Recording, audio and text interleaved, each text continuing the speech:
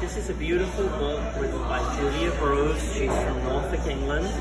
It's called The Rainforest. Let's see.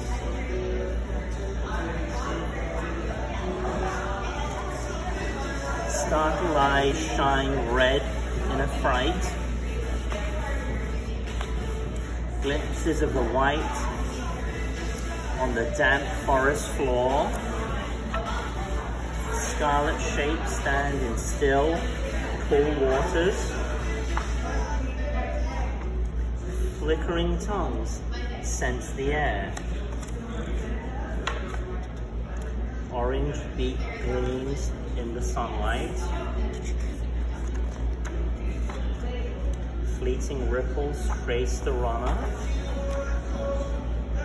White companions in the shade of the trees.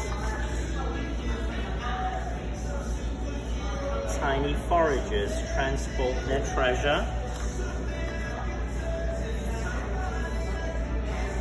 Bright glimpses in the dark water. Some beautiful fish.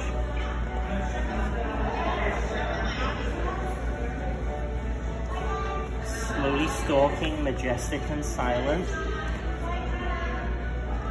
Outspread wings blaze yellow. Still waters reflect danger.